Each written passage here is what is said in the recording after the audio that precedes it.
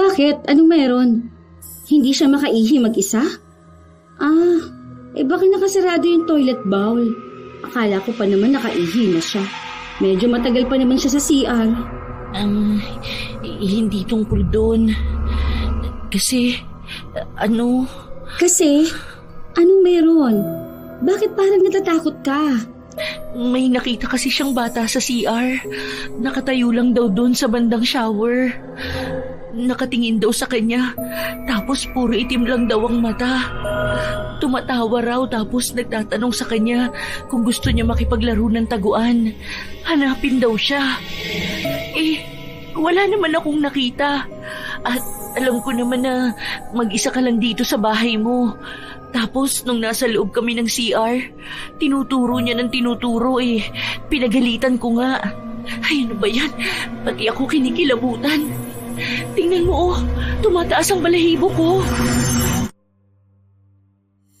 Paano kung ang tahimik na bahay may itinatagong sigaw na matagal nang gustong makalaya? Isang lihim na binubuhay ng konsensya at isang kaluluwang hindi matahimik sa paghahanap ng hustisya. Sa likod ng mga pader na tila payapa, may mga matang nagmamasid, naghihintay ng muling pagkikita. Hanggang saan kayang itago ang kasalanan kung ang multo ng nakaraan ay ayaw matahimik? Sige, pasok kayo. Sige, okay lang yung sapatos ni Gigi. Pwede naman ako magwalis mamaya Upo muna kayo dyan. Uy, sorry ha, medyo alam mo na, makalat. Inilagay ko kasi lahat ng gamit dito dahil ipaparenovate ko nga yung kwarto ko. Palalakihan ko. Sasakupin na yung hanggang sa likod. Ang liit kasi ng kwarto ko tapos sayang yung space sa likod.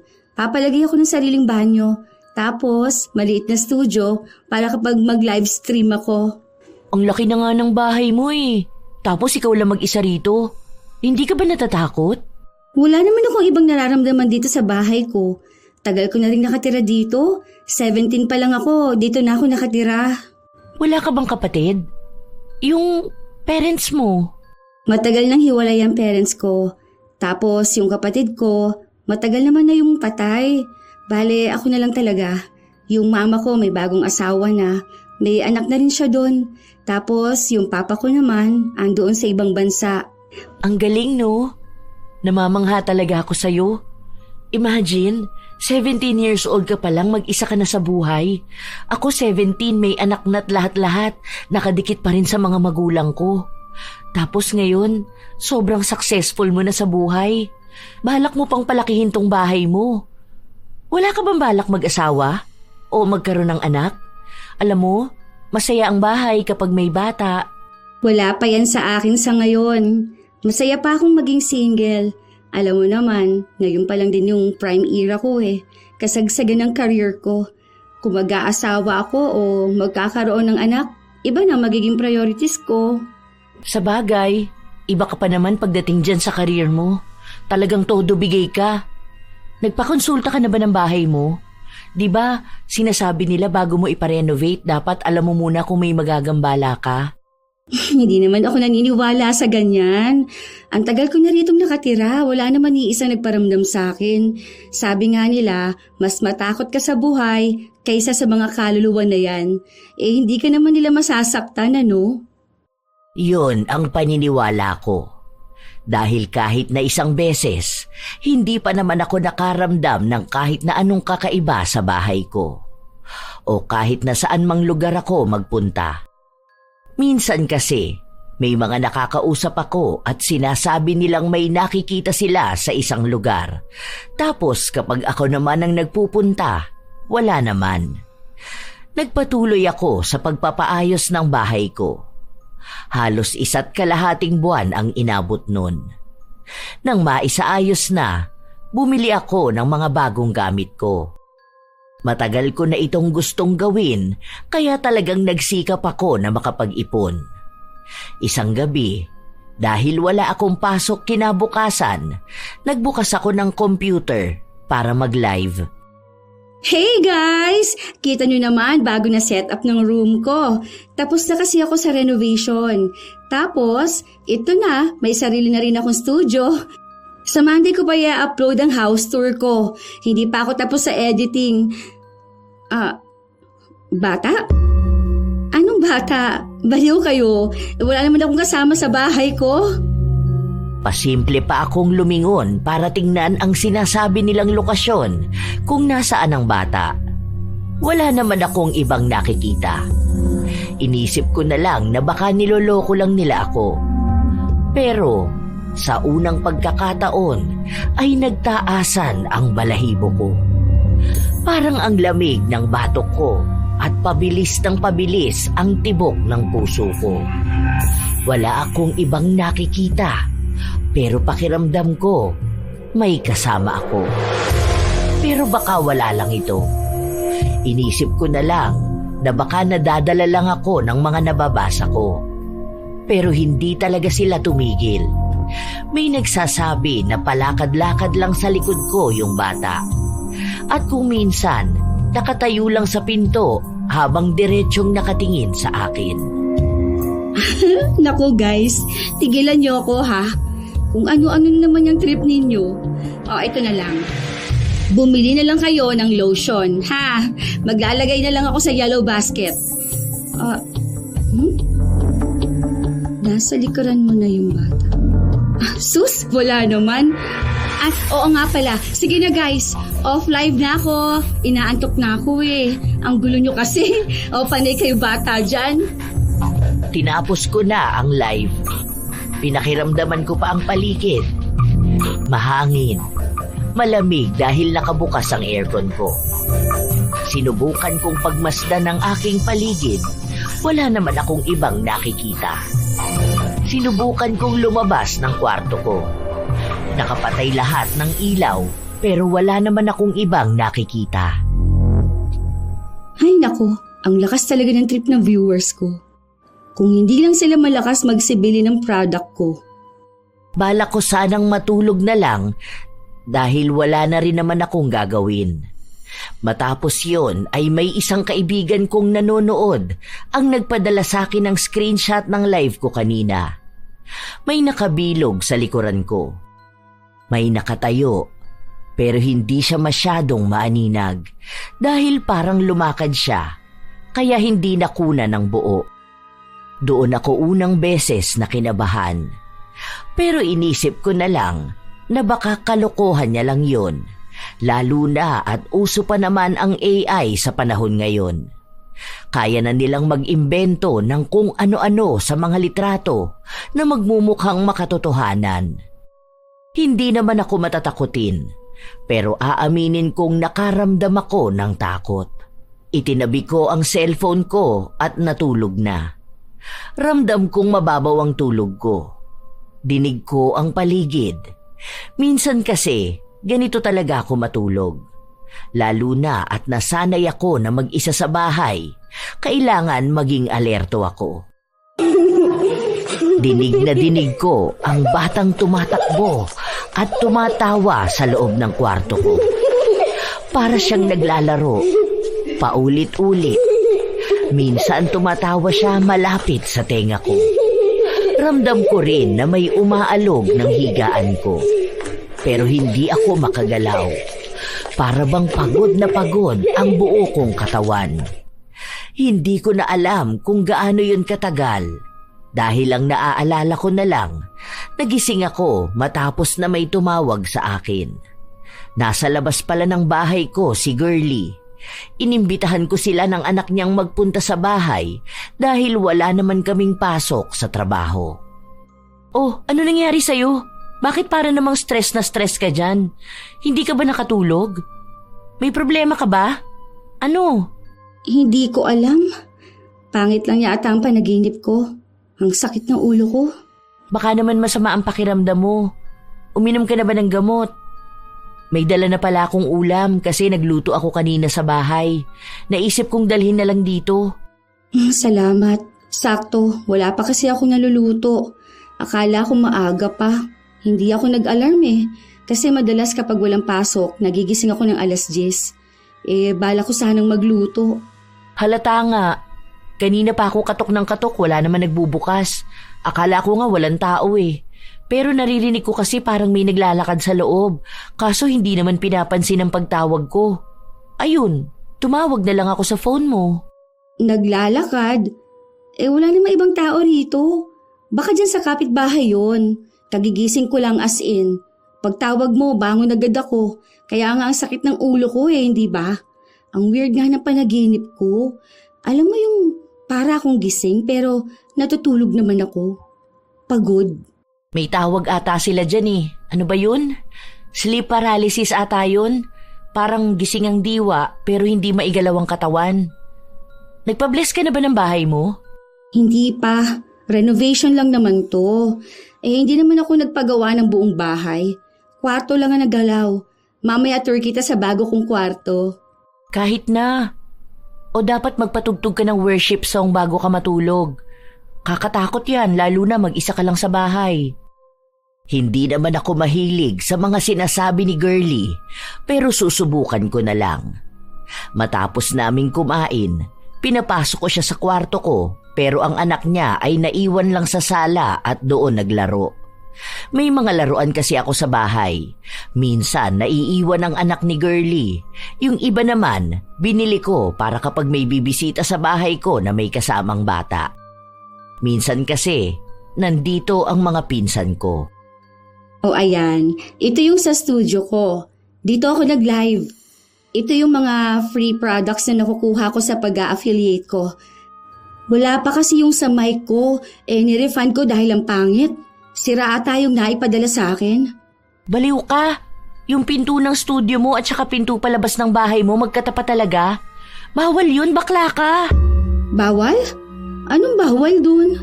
Ang sabi nga, kapag ang dalawang pinto magkatapat, nagiging portal yun ng mga kaluluwa.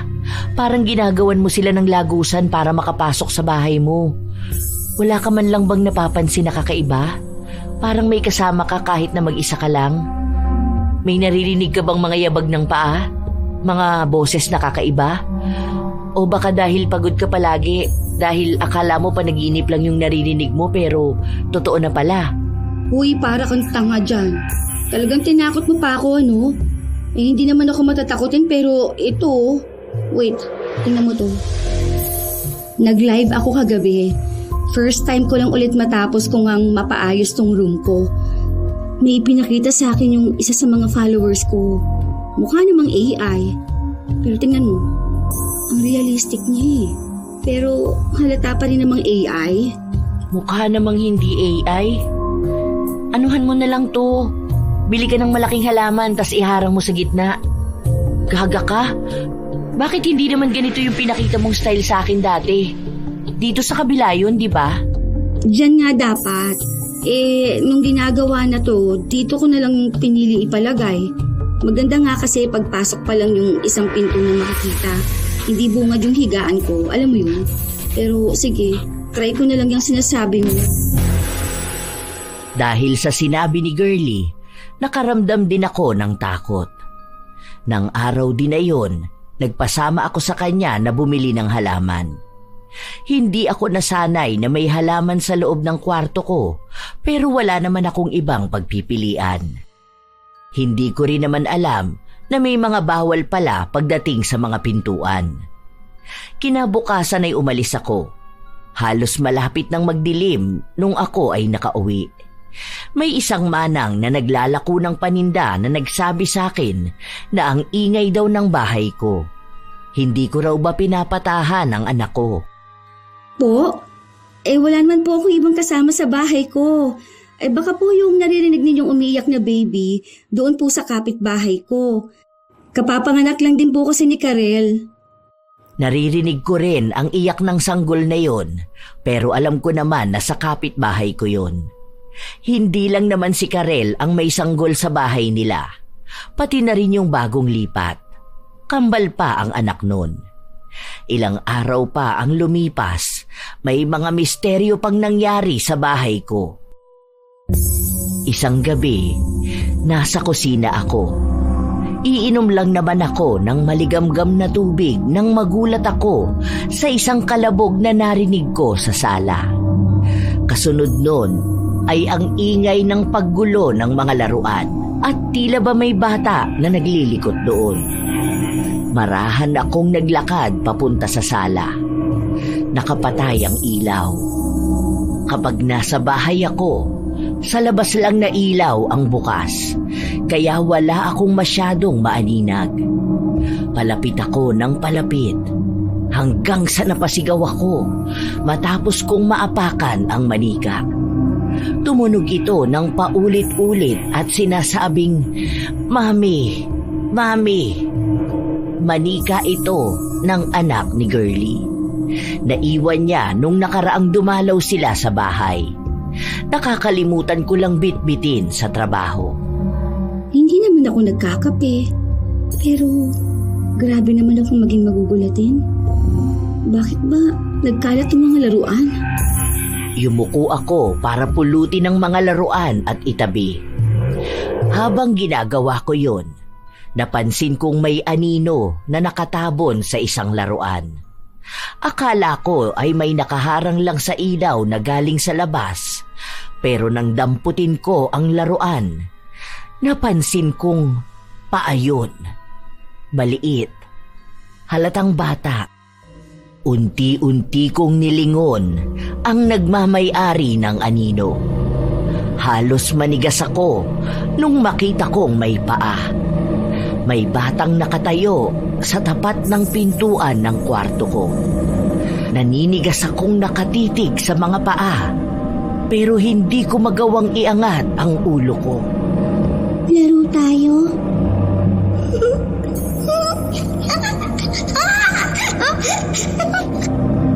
Kasunod nun ay ang pagtakbo niya palapit sa akin.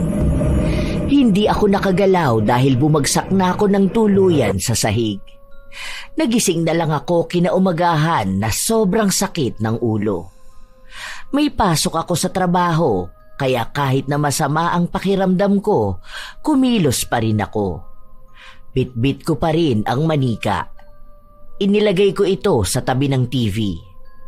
Habang nasa banyo ako, patuloy kong inaalala ang nangyari kagabi. Panaginip ko lang siguro yun. Baka sa sobrang pagod ko, nakatulog na lang ako sa lapag. Dapat talaga, hindi ako umiinom ng gamot na pampatulog kapag nasa kusina ako. Siguro, dapat magpasok na rin ako ng lagayan ng tubig sa kwarto ko. Wala to. Tinatakot ko lang ang sarili ko.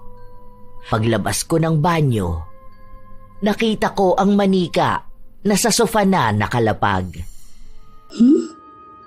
Dito ko ba ito nilapag?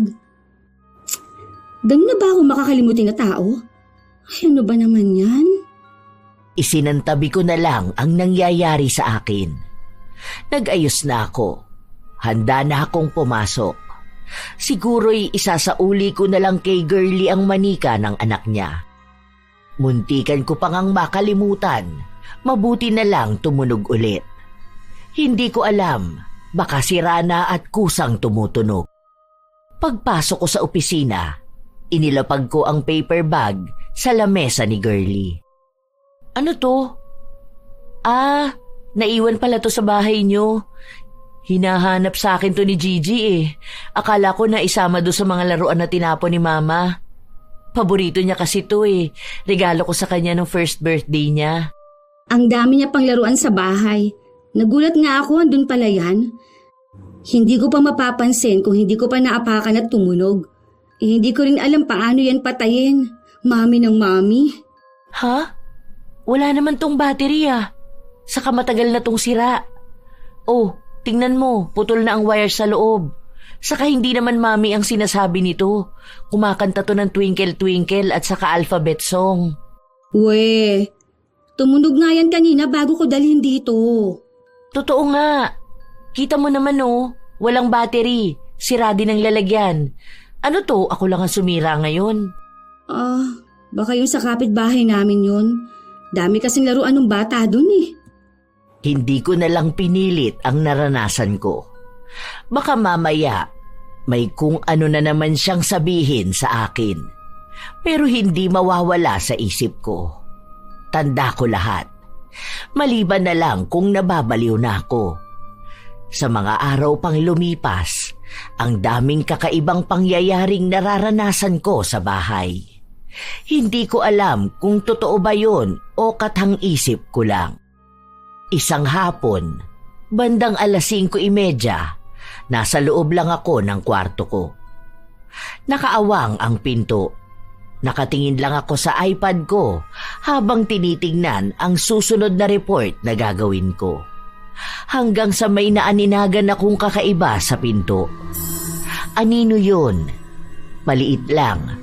Ang akala ko nga ay pusa ng kapitbahay na minsan ay pumapasok sa bahay. Pero nagtaka ako nung napansin kong may maliliit na daliri na nakahawak sa pinto. Napaatras ako. Napalunok dahil ang bilis ng tibok ng puso ko. Ayoko sanang kumilos, pero kakaiba ang nararamdaman ko. Mukharing napansin nito na gumalaw ako dahil umatras siya. Nawala ang maliliit na daliri, pero bumalik din ito. 2 kamay na. Para siyang sanggol, pero mas maliit pa. Parang gusto niyang sumilip. Dahil sa takot ko, napatayo ako at sinipa ko ang pinto para sumara ito. Ayokong isipin na nababaliw na ako. Pero ano tong mga nakikita ko? Kung hindi katawan ng isang babae, para namang tiyanak. Kinabukasan, tulala lang ako sa trabaho. Iniisip ko pa rin ang itsura ng nakita ko. Huy, ayos ka lang ba? Kanina pa kita kinakausap, hindi ka sumasagot. Tinatanong kita sa bagong marketing strategy nitong minimalist bag natin. Nagtatanong sila ng plano natin dahil bumababa ang demand sa online market. Napanood ko na. Mag-order na lang ako. Ha? Anong sinasabi mong napanood mo? Ang ano? At anong orderin mo? Ay, ayos ka lang ba talaga? Pansin ko dito mga nakaraan parang nawawala ka sa sarili mo. Tungkol ba saan yan? Wala to. Palagi lang masakit ang ulo ko at kulang ako sa tulog. Feeling ko dahil yan dun sa iniinom mong pampatulog. Huwag ka na kayang uminom nun.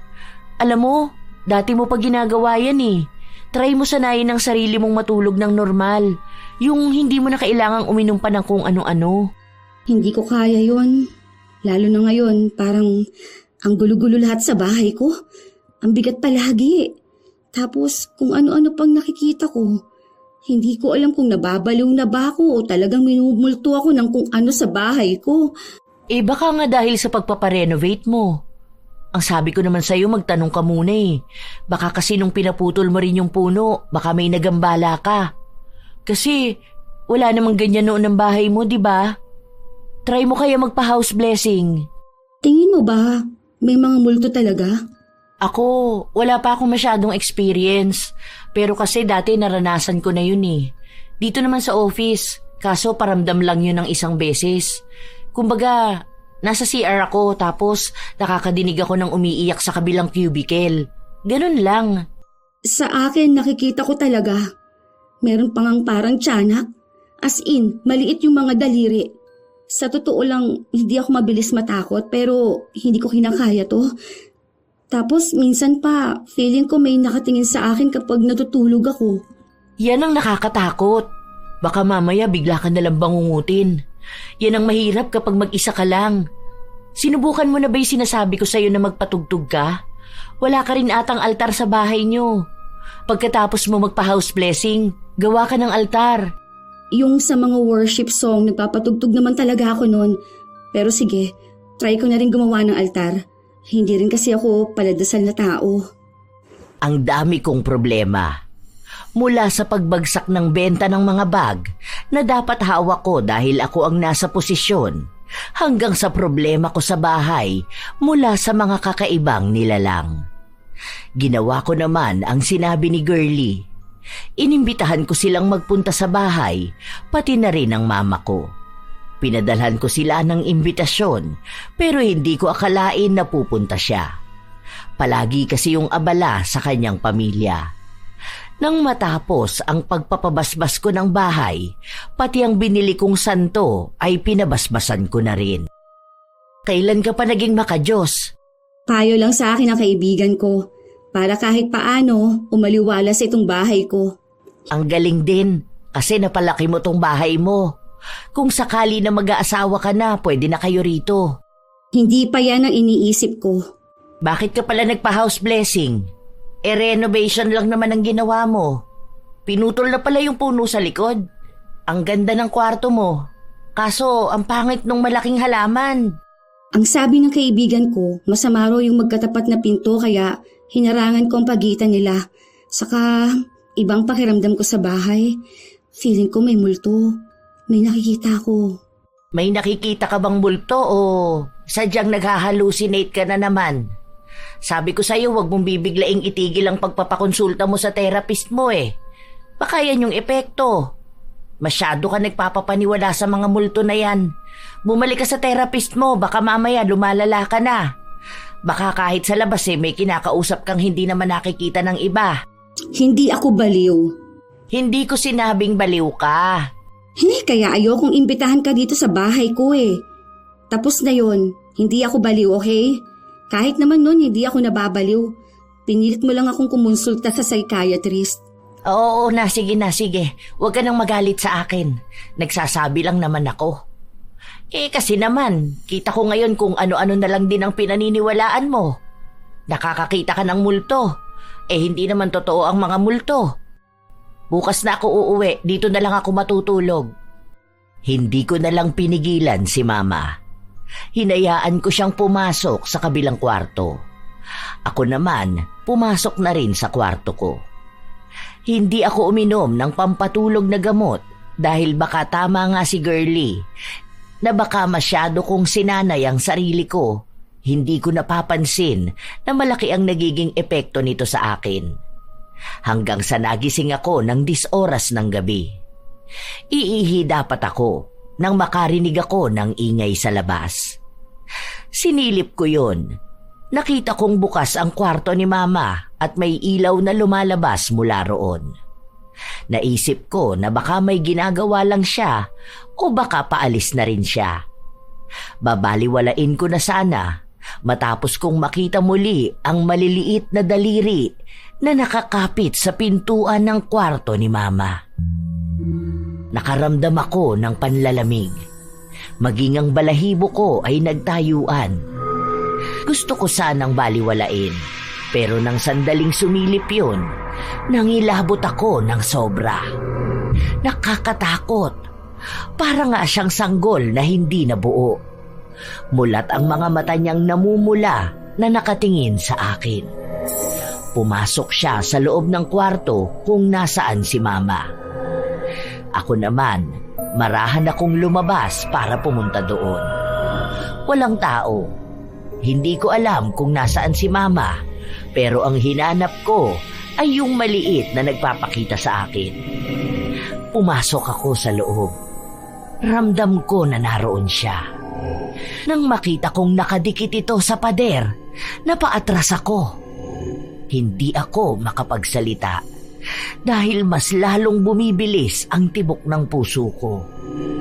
Ang kakaiba namang nilalang ay unti-unting lumilingon sa akin.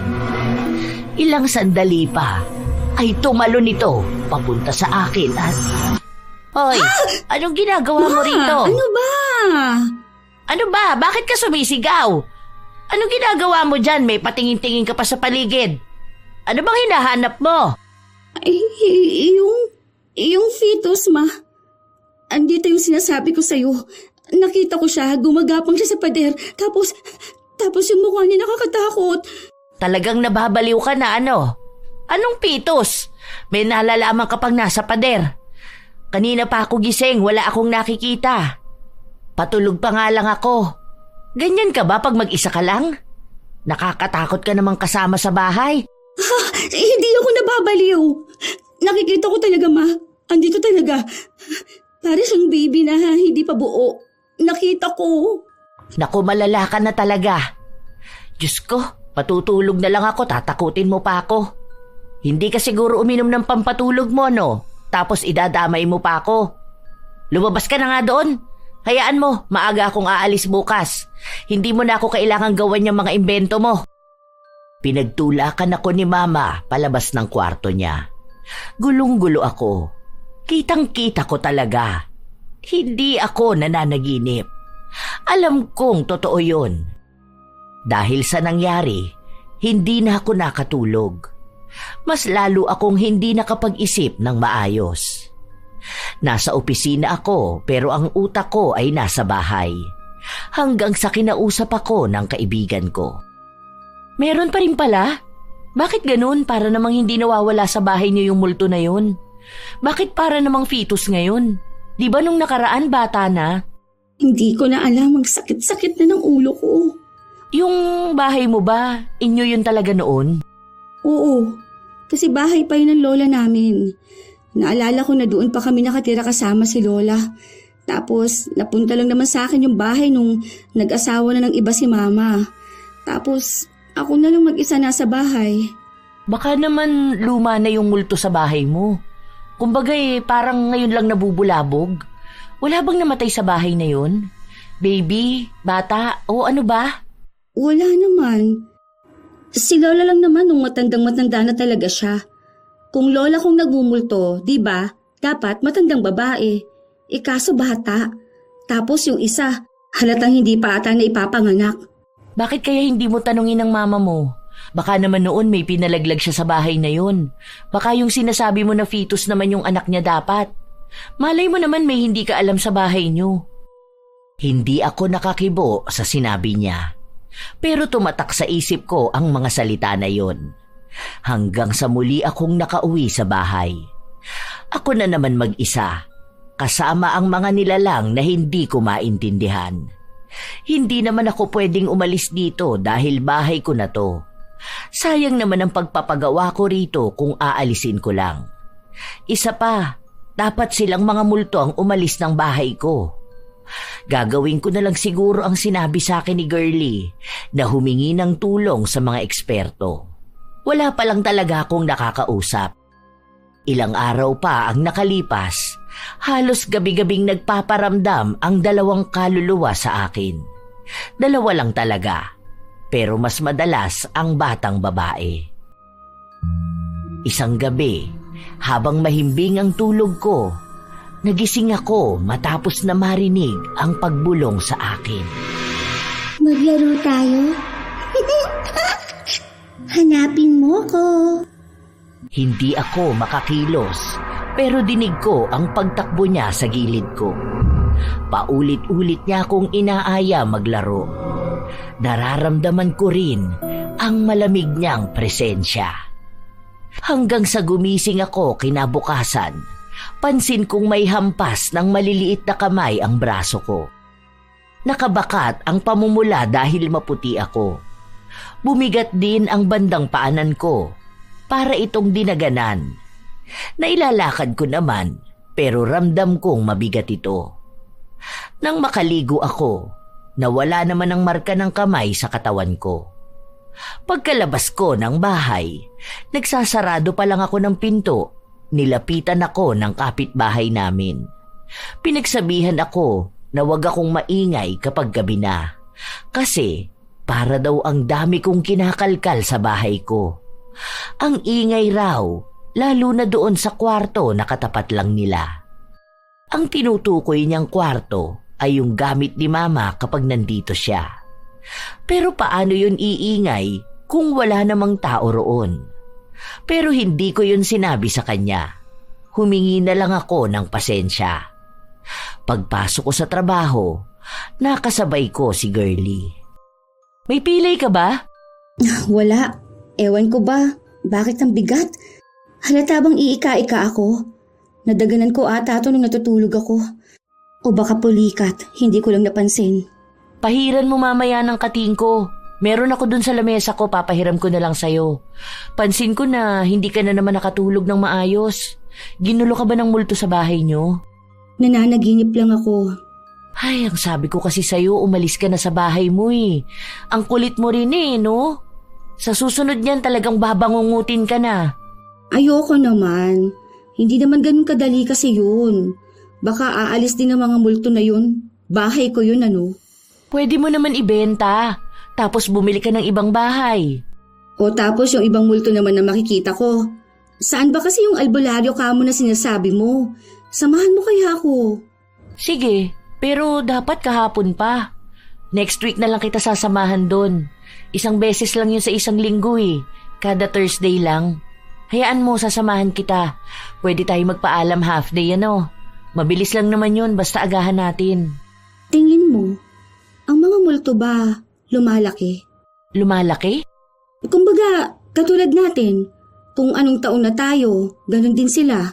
Kumbaga, namatay sila nung baby pa lang sila, magiging matanda rin ba sila? Kunwari, 10 years na silang patay, tapos dadagdag sa kanila yon? Malamang hindi. Patay na nga sila eh. Kaluluwa na lang sila. Kung anong edad nila nung namatay sila, ganung edad lang din sila nung nakikita mo sila. Bakit may multo? Ang babata nung nasa bahay. May isang fetus, may isang nasa 8 years old ata yun. Basta, bata pa.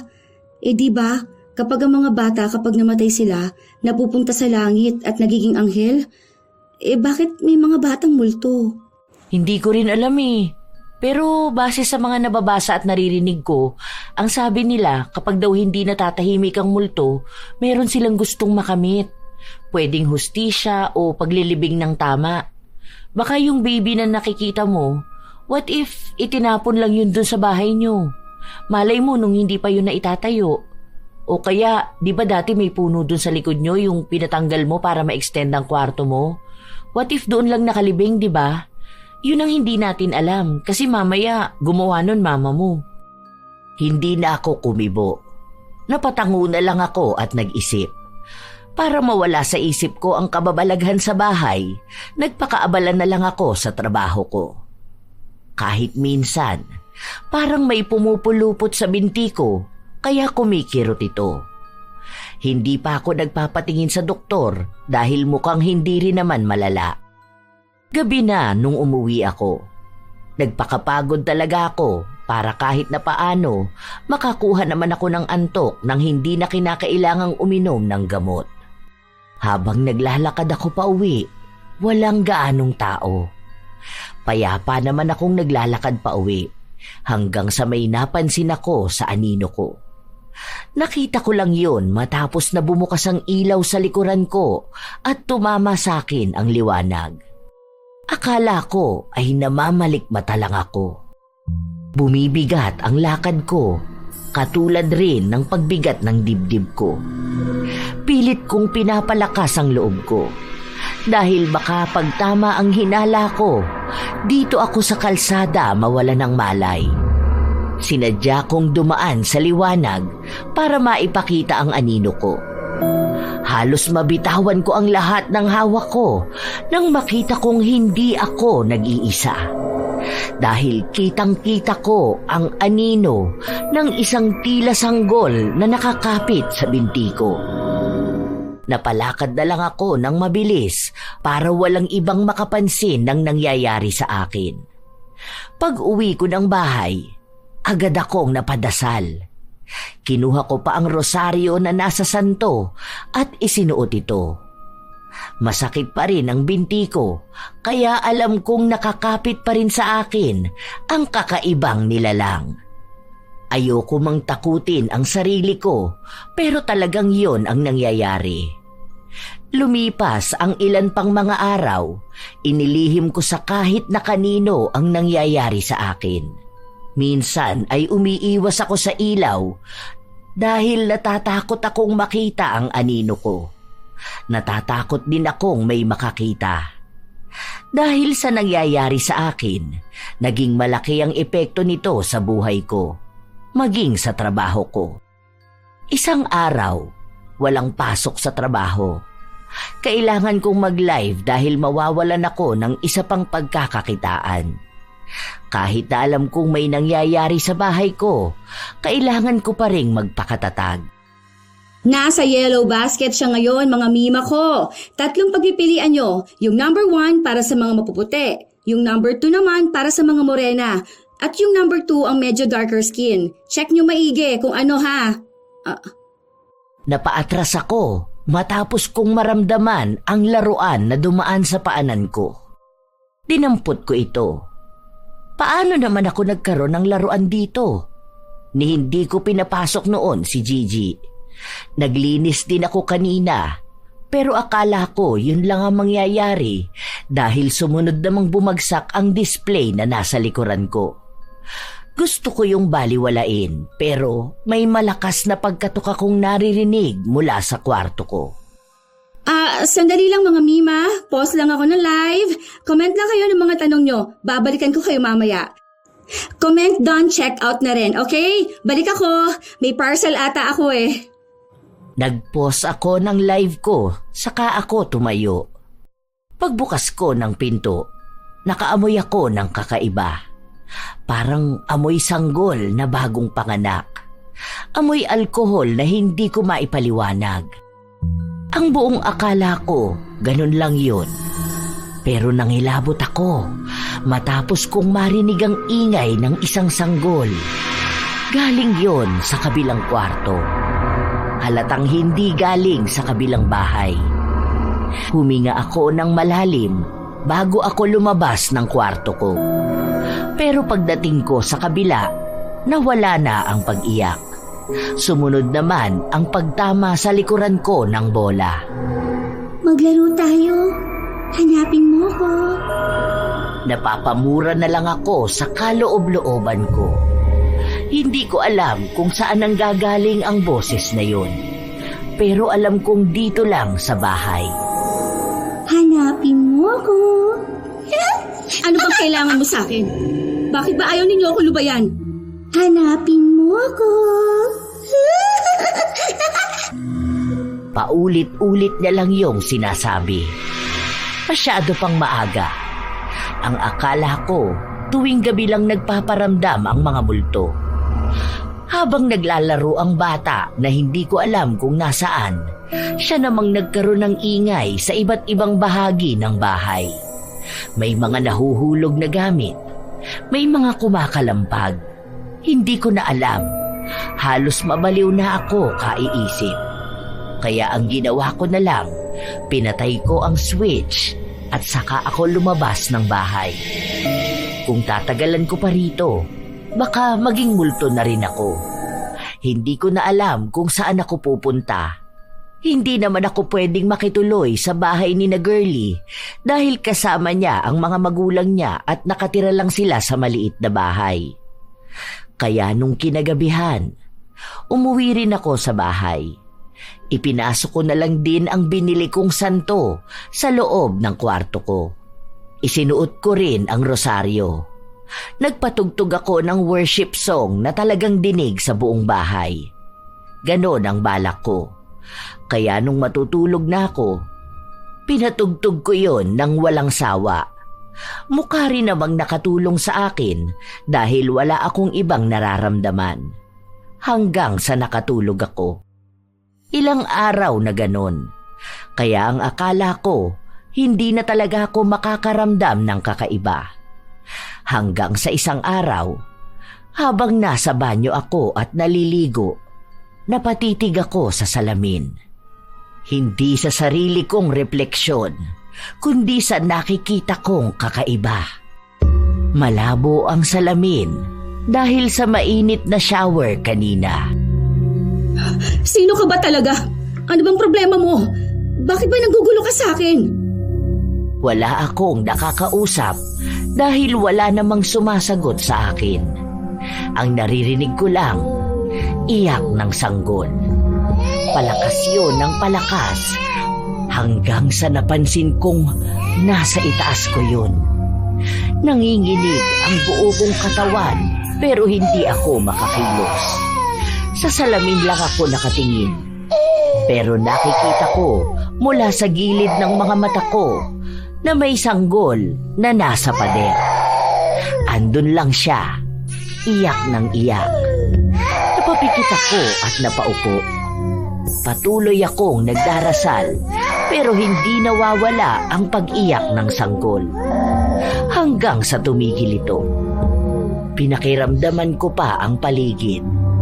Nung mapansin kong wala na, idinilat ko ang mga mata ko nang ang bumungad sa akin ay ang mukha ng batang babae. Magkalapit ang mukha namin. Nakangiti siya pero nakakakilabot. Ang mga mata niya ay itim na itim. Maging ang ugat sa mga mata niya, markado ito ng itim. Laro tayo?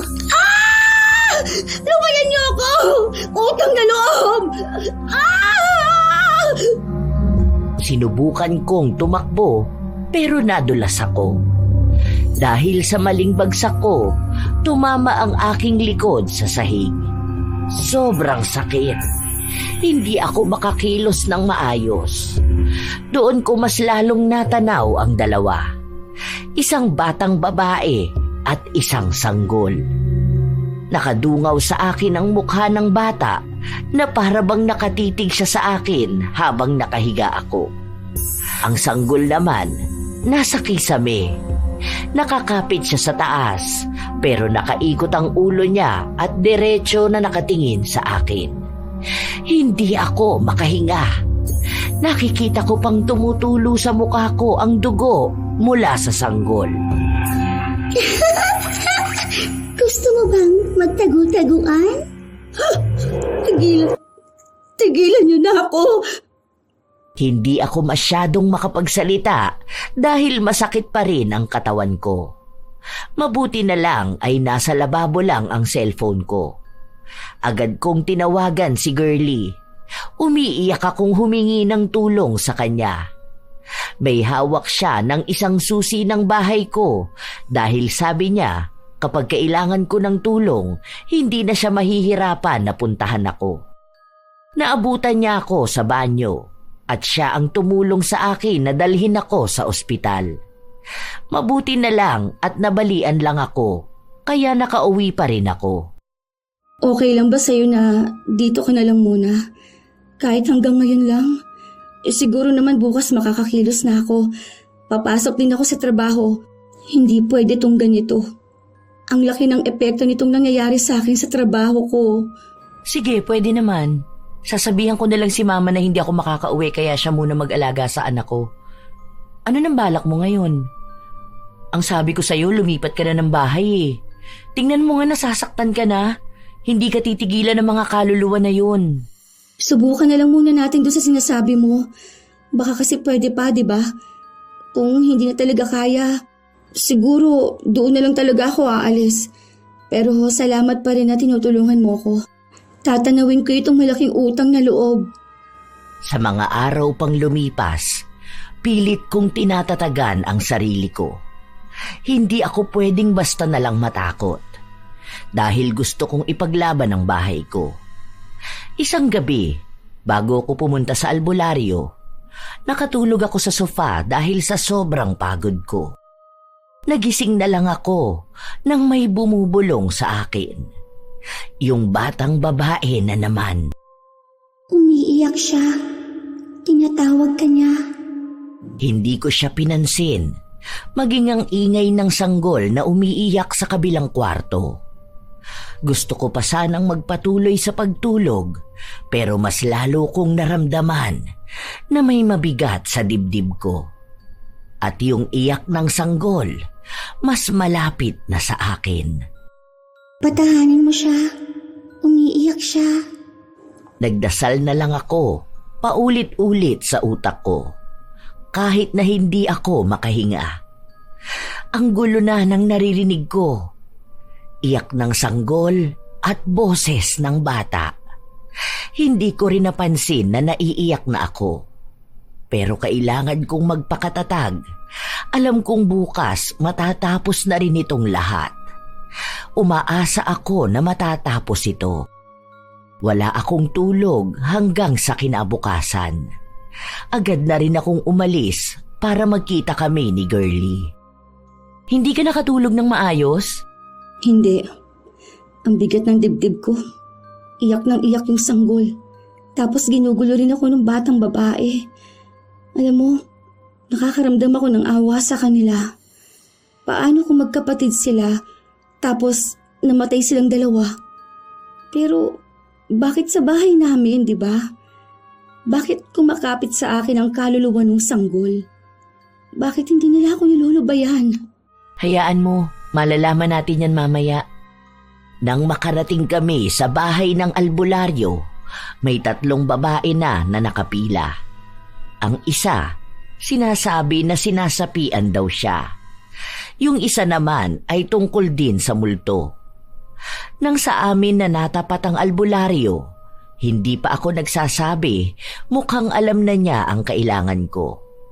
Sinabi niya sa akin na iisa lang naman daw ang hiling ng kaluluwa, ang mabigyan siya ng maayos na libing. Maayos na libing? Paano ko naman malalaman kung nasaan sila para ilibing ko? Sinabi ng albularyo na alam ko kung nasaan at wag na akong magpanggap. Wala pa akong naikukwento sa kanya, pero mukhang alam na niya ang nangyari sa buhay ko. Hindi ako makapagsalita, lalo na nung sinabi niya sa akin na ako lang ang makapagpapatahimik sa kaluluwa na tinatakasan ko. Dahil kahit saan ako magpunta, bit-bit ko ang kaluluwa na yon. Kahit lumipat ako ng bahay, kakambal na siya ng konsensya ko. Napaiwas ako ng tingin sa albularyo, pero nakuha niyang muli ang atensyon ko matapos niyang sabihin sa akin na matagal nang nakakapit sa akin ang sanggol. Hindi ko lang daw napapansin. O ngayon ko lang nabigyan ng atensyon. Itinuro niya rin ang binti ko na siyang matagal nang nananakit. Hindi ko gets. Paanong bitbit niya yung kaluluwa ng sanggol? Anong meron?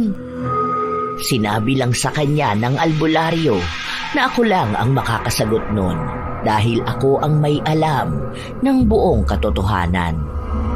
Hindi niya sinabi kay Girlie kahit na muli siyang tinanong nito.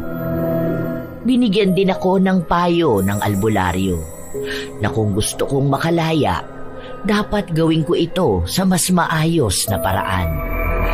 Dahil kung patuloy kong tatakbuhan ang nakaraan, hindi ako patatahimikin ng konsensya ko, kahit palubayan na ako ng kaluluwa.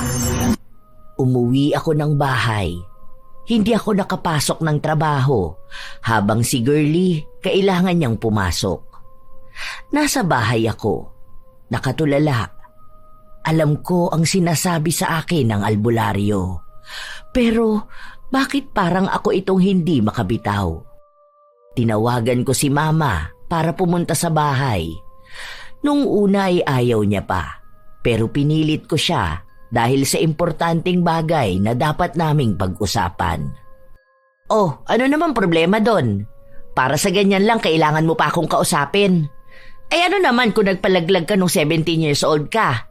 Eh kung hindi ka rin naman kasi tanga, bakit mo naman itinago yung anak mo? Hindi mo inilibing. Ano bang tingin mo sa kanya? Souvenir? Kaya talagang mumultuhin ka nun. Inistorbo mo pa talaga ako. Yan pa talagang sasabihin mo sa akin. Kaya nga kita pinapunta rito para magkaroon man lang ako ng karamay, di ba? Ewan ko ba kasi sa'yo. Maganda naman na ang karir mo. Ano pa bang kailangan mong gawin? Gusto mo na ba magkaroon ng asawa? Sige, ayos lang din yon. Kung gusto mo na magkaroon ng anak, sige lang din. Para matigil ka na dyan sa paniniwala mong minumulto ka ng anak mo. Eh ni hindi pa nga yun na ipapanganak tapos mumultuhin ka. Nababaliw ka na kasi talaga. Tingnan mo, may nagpaparamdam ba sa atin? May nakikita ba tayong pitos na gumagapang? Wala naman, di ba? Sa isip mo lang yan ganyan.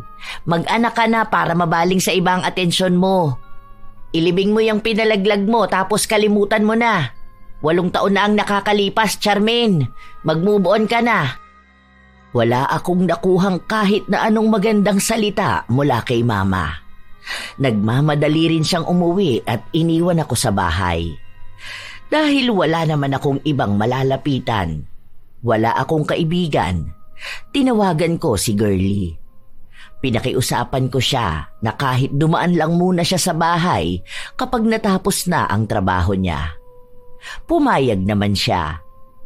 Habang naghihintay ako sa kanya, wala akong ibang naramdaman sa bahay. Hanggang sa nakarating na rin si Girlie. May bitbit siyang ulam at sinabi niyang sabay na lang kaming kumain dahil alam niyang hindi pa ako kumakain. Wala bang multo ngayon? Baka may nakikita kang gumagapang sa pader habang nakaikot ang ulo, ha? Wala. Kanina pa naman wala. So ano nangyari? Nagpalaglag ka ba noon? Paano mo nalaman? Wala, hula ko lang naman yun. Kasi ang sabi ng albularyo may ugnayan kayo ng sanggol. Eh kung hindi mo yun kapatid, baka anak mo sana. Ano bang ginawa mo? Kung okay lang naman sa'yo na pag-usapan natin. 17 ako noon. Nag-aaral ako. Yung gago kong boyfriend, nung nalamang buntis ako, itinago siya ng mga magulang niya. Natakot lang ako noon na baka kapag hindi ko ituloy ang pag-aaral ko, walang mangyayari sa akin. Sinabi sa akin ni Mama na ipalaglag ko na lang ang anak ko para matupad kong pangarap ko. Ginawa ko naman. Nakakatakot lang talaga siya kasi iniisip ko na kasalanan yun. Na kasalanan naman talaga, di ba? Simula nun, natakot na rin akong magbuntis. Lalo na nung nagtagumpay na ako sa buhay. Nagkaroon ng magandang trabaho. Nasa posisyon na ganito ng buhay ko. Akala ko, after ilang years, matatahimik ako kaso mukhang tama nga yung albularyo. Konsensya ko pa rin yun. Hindi yung kaluluwang lumalapit sa akin, kundi yung konsensya ko sa ginawa ko sa dapat magiging anak ko. Alam mo ba, parehas lang tayong nabuntis ng 17. Alam ko yung pressure na sinasabi mo. Yung pakiramdam na parang guguho ang lahat kapag pinili mong magpatuloy. Na baka kapag tinuloy mo, iba na siguro ang buhay mo ngayon. Hindi ko masasabi kung tama ka dahil oo, naging matagumpay ka. At hindi ko rin masasabi kung mali ka kasi alam kong hindi madaling pumili sa pagitan ng sarili mo at ng isang buhay na hindi mo pa nakikita. Pero alam mo, minsan, hindi naman kailangan parusahan ang sarili mo habang buhay. Ang mahalaga, natuto ka at alam mong kaya mong maging mas mabuting tao kahit mga may desisyong hindi mo na mababawi. Ang bigat ng nakaraan, oo, pero hindi ibig sabihin nun wala ka ng karapatang maging payapa. Lahat tayo may bahid, pero hindi yun sukatan ng kabuuan natin bilang tao. Kung kaya mong patawarin ang sarili mo, yun na siguro ang pinakamagandang simula. Pati na rin sa dapat mong magiging anak. Subukan mong bigyan siya ng maayos na libing, di ba? Yun lang naman siguro ang kailangan niya para manahimik siya. Ibigay mo na lang. Sabayan mo na lang din ang panalangin para sa kapayapaan ng kaluluwa niya at para na rin sa paglaya mo sa konsensya. Salamat ha. Wala kasi ako napala sa nanay ko kanina. Alam ko rin naman talaga na pinili ko to eh. Pero kasi, alam mo yun, may guilt talaga. Oo, naiintindihan kita. Pero kung magfo-focus ka sa guilt na yan, baka wala ka na ring patunguhan. Maging malaking aral na lang din to sa'yo. Palagi ka lang magdasal. Hindi ko napigilan ang maging emosyonal. Kahit paano, may tao ako na paglabasan ng hinanakit ko. Ang tagal ko rin kasing kinimkim ang aking kasalanan. Parang simula nung gawin kong kumitil ng inosenteng buhay, bit-bit ko na siya kahit na ilang taon pa ang nakalipas. Nang umalis na si Girlie, pumasok ako sa loob ng kabilang kwarto, kung saan kinuha ko ang maliit na kahon sa ilalim ng kama. Ngayon, alam ko na kung bakit dito palaging naririnig ang iyak ng bata. Dahil dito ko inilagay ang garapon kung saan nakalagay ang anak ko. Ito rin mismo ang kwarto na gamit ko noong nagpalaglag ako. Humingi ako ng tawad sa anak ko kahit na hindi ko sigurado kung naririnig niya ako o kung naiintindihan niya ako. Humingi ako ng tawad kasabay ng panalangin. Para sa kanya at para sa akin. Para sa aming paglaya. Kinabukasan, nagpasama ako sa kakilala ko na magpunta sa sementeryo. May maliit dong parte kung saan pwede kong ilibing ang anak ko. Matapos noon ay nagtirik ako ng kandila at nag-alay na rin ng panalangin. Huwag kang mag-alala, anak ko. Ipagdarasal pa rin kita palagi. Patawarin mo si Mami. Simula noon, naging maaliwalas ang pakiramdam ko. Kapag umuuwi ako, wala na akong ibang naririnig na reklamo sa mga kapitbahay ko tungkol sa maingay na bahay. Wala na rin akong naririnig na ingay tuwing madaling araw. Walang umiiyak, walang kung ano-anong gumagapang sa iba't ibang parte ng bahay. Minsan pa, napapanaginipan kong meron akong anak na babae. Masaya kami. Nakikita ko na palagi siyang nakangiti. Iniisip ko na lang din na baka yun ang paraan ng anak ko para sabihing pinapatawad na niya ako. Hindi ko rin naman kinakalimutan na magdasal. Hanggang sa inimbitahan ko ulit sa bahay sina Girlie at ang anak niya. Mas okay ka ngayon. Ang ganda palagi ng gising mo, no? Hindi ka na ganun ka-stressed, hindi tulad noon? Oo, ang gaan na rin ang bahay ko. Tama nga ang albularyo. Ako lang din ang nagpapabigat ng buhay ko. Napanaginipan ko nga may bata raw akong sinusuklayan. Tapos, ang saya-saya naming dalawa. Baka yun ang anak ko, no? Sa panaginip na lang kami naging masaya. At least naging tahimik na rin siya. Tumatawa na siya sa panaginip mo. Hindi na siya umiiyak habang gumagapang sa pader, di ba? Oo nga pala, kanina pa to sabi na naiihi siya. Sige na, punta ka na doon sa CR. Mag-isang naglakad si Gigi papunta sa banyo habang kami ni Girlie ay nag-uusap ng kung ano-ano.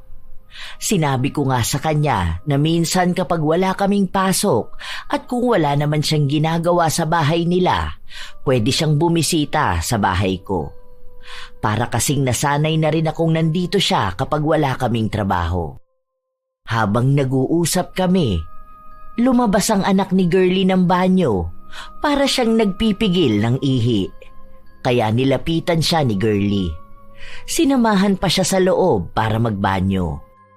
Bakit? Ano meron? Hindi siya makaihi mag-isa? Baka nakasarado yung toilet bowl. Kala ko pa naman nakaihi na siya. Medyo matagal pa naman siya sa CR. Hindi tungkol doon. Kasi... Kasi? Anong meron? Bakit parang natatakot ka? May nakita kasi siyang bata sa CR. Nakatayo lang daw doon sa bandang shower. Nakatingin daw sa kanya. Tapos puro itim lang daw ang mata. Tumatawa raw tapos nagtatanong sa kanya kung gusto niya makipaglaro ng taguan. Hanapin daw siya. Wala naman akong nakita. At alam ko naman na mag-isa ka lang dito sa bahay mo. Tapos nung nasa loob kami ng CR, tinuturo niya ng tinuturo Pinagalitan ko nga. Ay, ano ba yan? Pati ako kinikilabutan. Tingnan mo, tumataas ang balahibo ko. Sigurado ba siya sa nakita niya? Oo. Alam mo, ito kasing anak ko may nakikita to minsan Kaya nga pinagsasabihan ko siya. Alam mo ba dati, may pinuntahan kaming burol. Tapos nagturuba naman siya doon sa likod ng isang babae. Andun daw nakatayo yung matandang lalaki na nakabarong. Ayun, saktong brown out, takbuhan ng mga tao. Naaalala ko pa nung bata to. Kaya hindi namin iniiwan kasi bigla to nagsasalita mag-isa. Ay, ewan ko. Diba sabi mo naman wala na kamong multo? Wala na akong ibang nararamdaman. Yung anak ko lang naman ang problema ko rito sa bahay. Wala nang iba. Pero diba ang sabi ko sa'yo na may bata rito sa bahay? Bukod nga dun sa sanggol na umiiyak. Ay, Diyos ko po. Grabe ang kilabot ko, Ano ba, Gigi? Huwag kang magturo dyan. Kung ano-ano na naman ang nakikita mo. Huwag mong pansinin. Nagpapatuloy si Gigi na magturo sa banyo. Pero pinalo ng kanyang ina ang kamay niya at pinagsabihan siya na hindi niya dapat ginagawa yon. Pero tama naman si Gigi. dahil nakikita ko rin ang batang babae na nasa banyo at nakasilip sa amin. Hindi na nawala sa isip ko ang pangyayari na yon. Tapos na ako sa anak ko. Sino naman ang bata na yon? Isa ba siyang kaluluwa na nagambala ko? Paano ko naman siya mapapaalis sa bahay ko? Pinilit kong manatiling kalmado. Alam kong magagawa kong lampasan ito. Nagpatuloy ang mga araw. Nagtatanong sa akin si Girlie kung ano nang nangyari sa bata. Ang sagot ko sa kanya ay pare-pareho lang. Hindi ko alam kung paano ko mapapaalis. Nagbigay na nga ako ng alay katulad ng sinabi niya. Nagtirik na rin ako ng kandila at nanalangin. Hanggang sa isang gabi, walang kuryente at tanging kandila lang ang gamit ko. Maulan din nun, kaya may ingay ang bubong at malamig ang paligid. Nakikiramdam ako. Nagpapanggap na walang alam sa nangyayari. Nakatingin ako sa cellphone ko. Mahina lang ang brightness, pero pansin ko sa gilid ng mga mata ko na may batang nakatayo sa gilid ko. Hindi ko pinapahalata na natatakot ako dahil ang sabi ni Girlie, kapag ginawa ko yon ay mas lalo akong matatakot. Laro tayo? Hanapin mo ako? Hindi ako kumikibo. Sige lang ako sa pag-scroll sa phone ko. Laro tayo? Hanapin mo ako? Nanginginig na ang kamay ko. Sinubukan ko ring magpatugtog at kumanta. Baka sakaling lubayan niya ako. Natatakot na ako. Mas lalong lumalamig ang paligid ko. Sabayan pa ng sobrang dumilim na paligid. Hanapin mo ako? Matapos niyang sabihin yon ay nawala na siya. Doon lang ako nakahinga kahit na paano. Wala pa ring kuryente kaya hindi pa ako makatulog. Dagdag pa itong bata na ang kulit-kulit at gustong makipaglaro sa akin. Ilang sandali pa, narinig kong may nahulog sa baba. May nasipa kasi ako na nasa kama ko. Sinubukan kong gumamit ng flashlight. Napansin kong may laruan, pero bago ko yun pulutin, ay bumungad sa akin ang mukha ng bata. Laro tayo. Hanapin mo ko, ha? Ano bang kailangan mo sa akin, ha? Maglalaro lang naman tayo. Gusto kong hanapin mo ko. Pwede bang lubayan mo ko? Hindi kita kilala. Wala akong kasalanan sa'yo. Basta, hanapin mo ko. Maglalaro tayo. Yabag niya lang ang narinig kong tumatakbo palayo. Malakas ang kabog ng dibdib ko. Sumasabay pa ang malakas na kidlat. Ayoko siyang sundin dahil hindi ko naman siya kilala. Hindi ko alam kung anong mangyayari kapag nakita ko siya o hindi. Pero pinilit ko pa rin siyang hanapin. Wala pang kuryente, kaya sobrang dilim ng bahay. Natatalisod pa ako sa paghahanap sa kanya. Hindi ko naman alam kung saan siya makikita. Isa pa, bakit ba ako nakikipaglaro sa bata? Hindi dyan. Please lang, ayoko na. Hanapin mo ko. Sinusundan ko na lang kung saan siya bumubulong. Papasok sa kusina, pero wala naman siya. Sinilip ko sa ilalim ng lamesa. Wala akong nakita. Hanapin mo ko. Lumakad pa ako at hindi ko alam kung bakit dinadala ako papunta sa likod ng kusina. Matagal nang hindi nabubuksan yon dahil tambakan lang naman yon ng mga lumang gamit. Ayokong buksan. Balak ko na nga sanang tumalikod pero narinig ko na naman ang boses ng bata. Malapit na. Hanapin mo ako.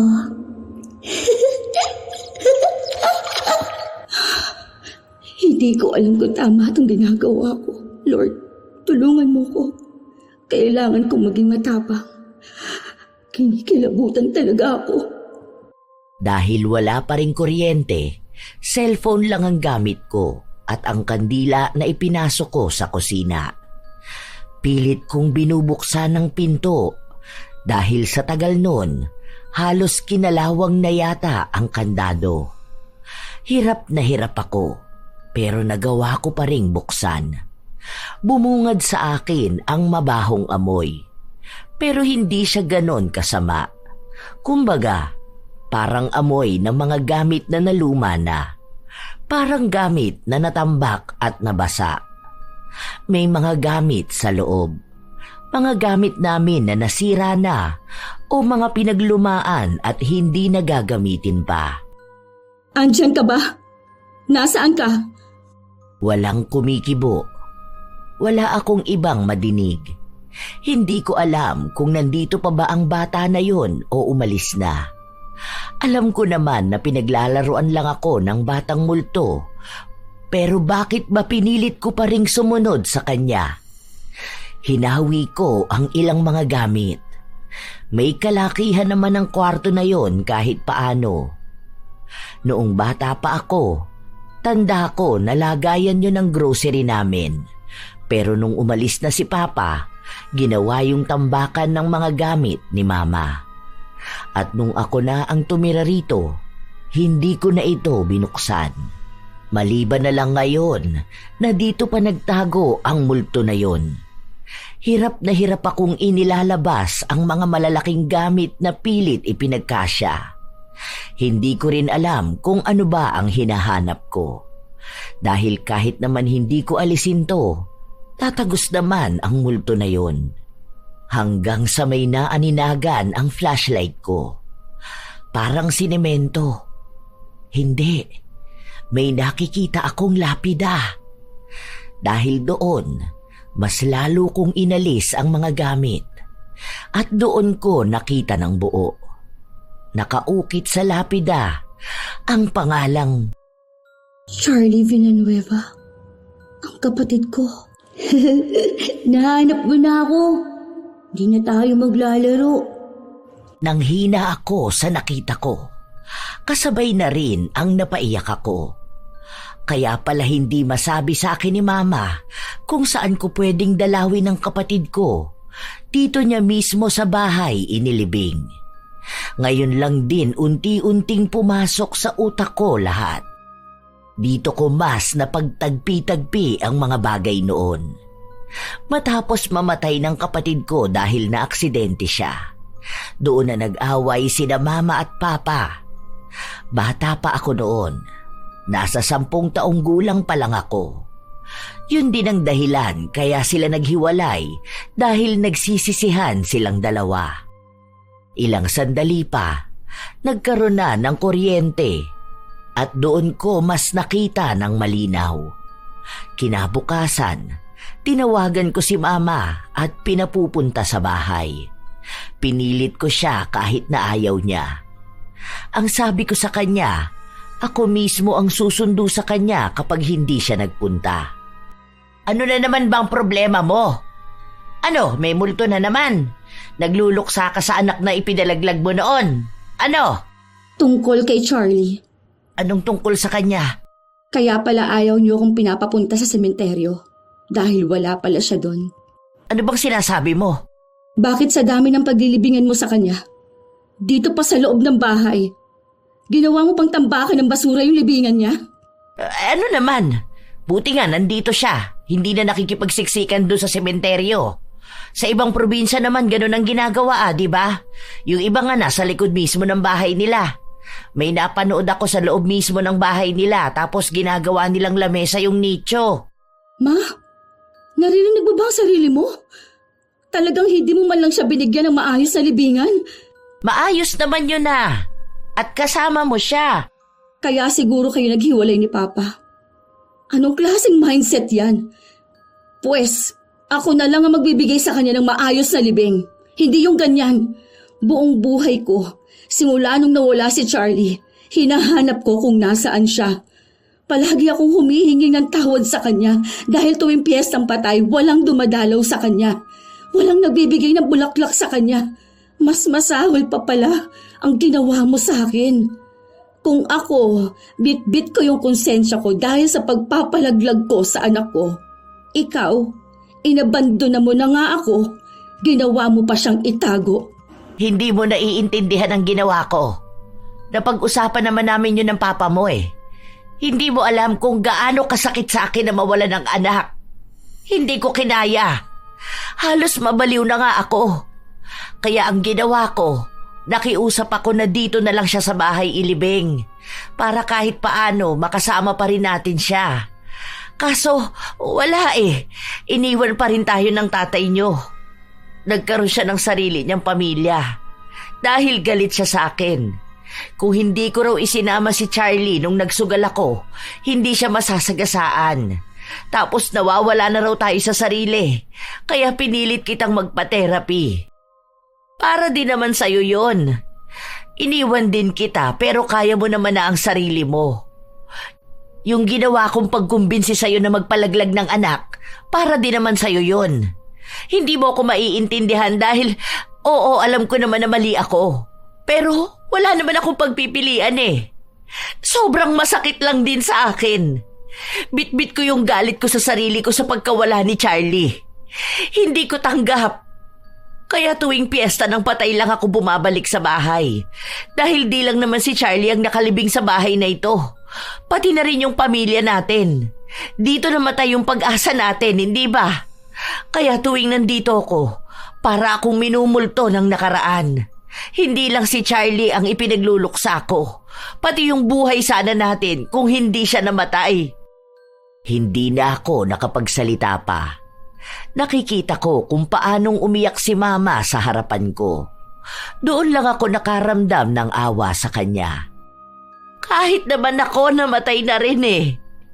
Buhay pa tong katawan ko. Pero nung namatay si Charlie, kasama niya ako. Lalo akong paulit-ulit na namatay nung nasira ang pamilya natin. Akala mo ba kaluluwa lang ang nagmumulto? Mas malupit pa sa kaluluwa ng namayapa ang multo ng nakaraan, ng galit.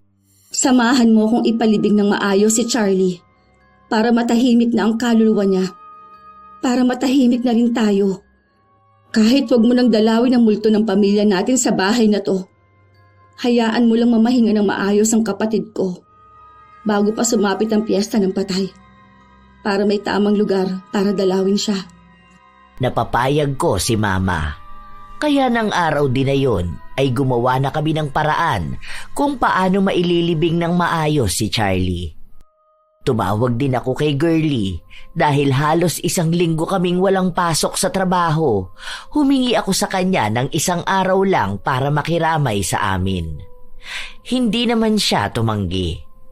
Doon ko sa kanya ipinaliwanag ang lahat, kaya mas lalo niyang naintindihan ang mga nangyayari. Nang matapos ang paglibing kay Charlie sa sementeryo, saka naman kami nagtirik ng kandila. Yun na rin ang huling beses na nagkita kami ni Mama. Sa bahay naman, maaliwalas na. Totoong wala na talaga akong nararamdamang kakaiba. Ano nang nararamdaman mo niyan ngayon? Maayos na ako. Ang gaan na ng pakiramdam ko. Wala na rin nag-aaya sa akin makipaglaro ng taguan. Paano? Nahanap ko na siya. Ang tagal nun, no? Ang tagal niyang nakatago. Kung hindi ka pa nagmatapang, hindi mo siya makikita. Grabe, bigla akong kinilabutan ah. Naaalala ko pa pag kumakain tayo sa kusina. Nagtanong pa ako kung anong kwarto yun. Tapos ang sabi mo lang sa akin, tambakan ka mo ng mga gamit nyo. May iba pa palang nakatago dun. Oo nga pala, anong balak niyan sa undas? Pupunta kami sa probinsya. Yun ang sabi ni Mama. Gagamitin daw namin yung sasakyan ni Kuya kasi baka nga raw wala kaming masakyan nun. Ikaw ba? Anong balak mo? Wala. Dito lang din ako sa bahay. Pupuntahan ko sa sementeryo ang anak ko at kapatid ko. Diyan lang naman yun. Di ka na talaga takot sa bahay mo, no? Okay nga yung ganyan. Mag-live na lang siguro ako, no? Magbebenta na lang ako kasi marami pa rin naman online nun. Tapos magkwento ba ako sa kanila, tingin mo? Pero wag na muna. Baka pati ako matakot. Sige, ikaw ang bahala. Basta palagi ka lang mag-pray. Tapos kapag kailangan mo pa rin ng kasama sa bahay mo paminsan-minsan, chat mo ko ha. Pero pagbalik na namin, hindi naman ako makakalipad papunta rito. Sa mga sumunod pang araw, malaya na akong nakakagalaw sa bahay. Wala na yung biglang dadaan sa harapan ko o sa likuran ko. Wala na ring nakasabit sa kung saan-saan. Ang gaan ng bahay ko. Nakakapag-live na rin ako ng maayos. Nakakatulog na rin ako. Ganito pala yun, kapag napakawalan ko na rin yung konsensya na bumabalot sa akin. Tapos idagdag pa rin na alam kong nasa maayos na rin ang kapatid ko. Nang sumapit ang undas, nagdala ako ng kandila para sa dalawa kong bibisitahin. Inuna kong puntahan ang sa anak ko.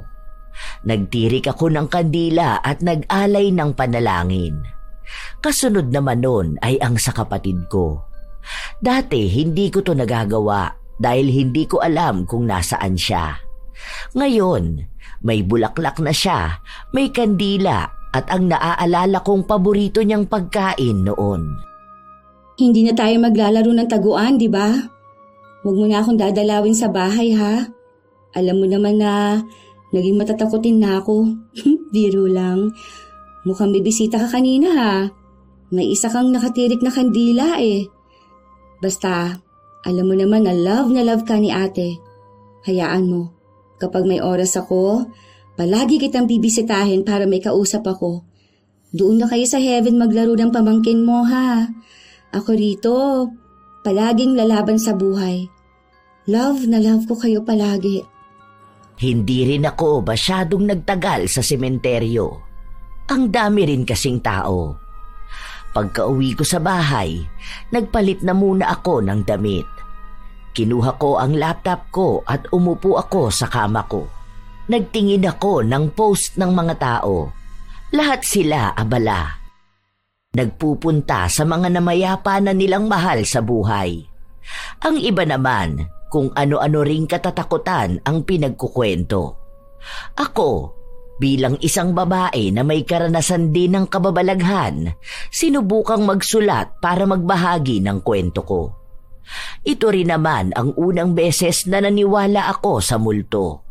Dahil ako mismo talaga ang nakakita at nakaranas. Tunay pala na minsan, ang mga kaluluwa ay hindi natatahimik hanggat hindi nila nakakamtan ang kanilang hiling. Hindi naman sila masama. Isa lang din silang nilalang na naghahanap ng katahimikan. Ang iba ay hustisya. Minsan din, ang tinatawag na multo ay hindi talaga klase ng kaluluwang pagala-gala. Minsan, ang multo ay konsensya o isang masakit na alaala ng isang tao na hindi niya mabitawan. Katulad ko na ang multo ko ay ang konsensya ko sa pagpapalaglag ko sa anak ko at sa pagpili ko sa sarili ko. At katulad ng multo ni Mama na hindi kaluluwa ng kapatid ko kundi ang sakit na dinanas niya sa pagkawala nito at pagkasira ng pamilya namin. Nagpatuloy akong magtipa sa laptop ko nang malobat ito. Dahil nakalimutan kong nasa sala ang charger, tumayo ako para kunin ito. Paghila ko, nalaglag ang mga laruan. Akala ko pa naman na ibigay ko na kay Gigi lahat ng laruan.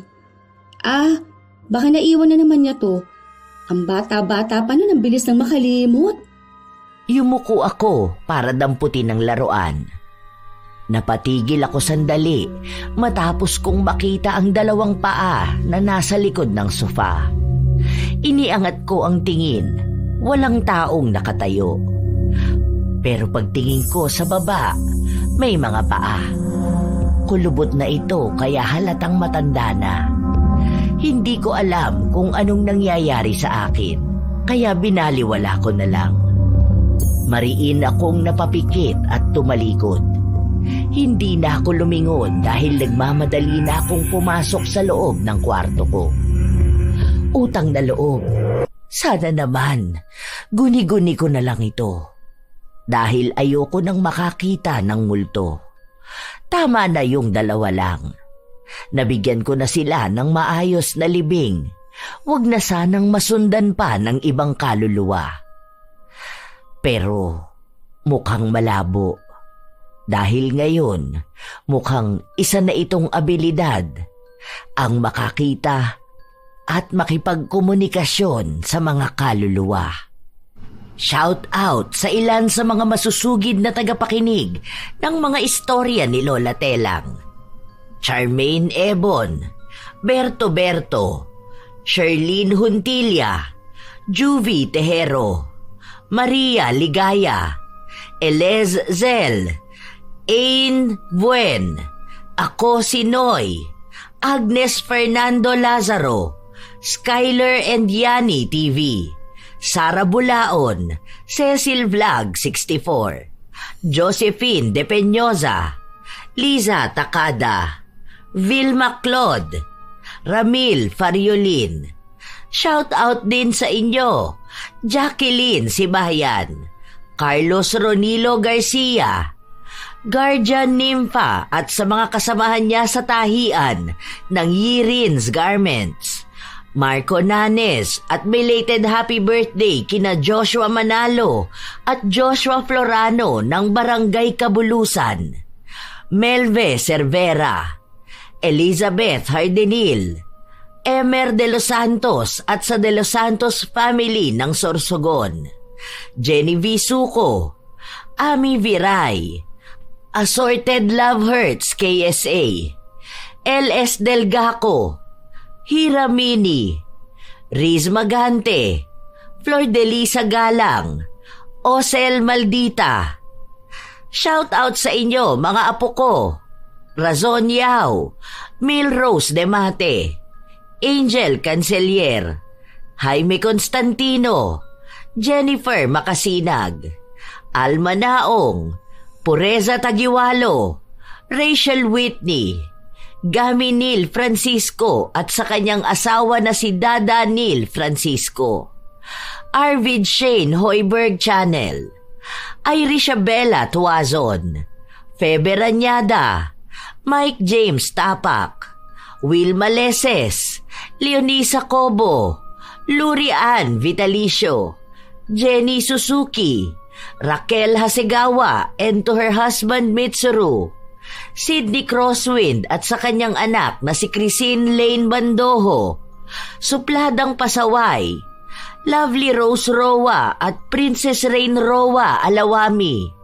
Kimpoy Feliciano, Hazel Fiesta, Marida Lightworker, Gia Gigi, Francisco Neng, Jeremy Saranillo Francisco, Matt Sarol, Mel Santarita, Esteli Reyes at sa Reyes family ng Marikina City, AJ Chua, Vicky Yabut, Roy Lacandalo, Josefina Fuelias, Robert Crimen, Cherry May Libiran, Roslyn Mangilin, Ray Galedo at sa Galedo family ng Kabuyaw, Laguna, sa buong Team Manok ng Amsik Angeles City, Pampanga, Maria Lee Nakagawa, Elise Padilla, Lynn Hasegawa, Lydia Lopez, Gemstone Claro, Angelina Ignacio,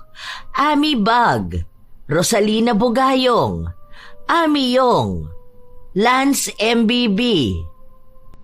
Ito ang inyong Lola Telang at maraming salamat sa lagi ninyong pakikinig mga apo.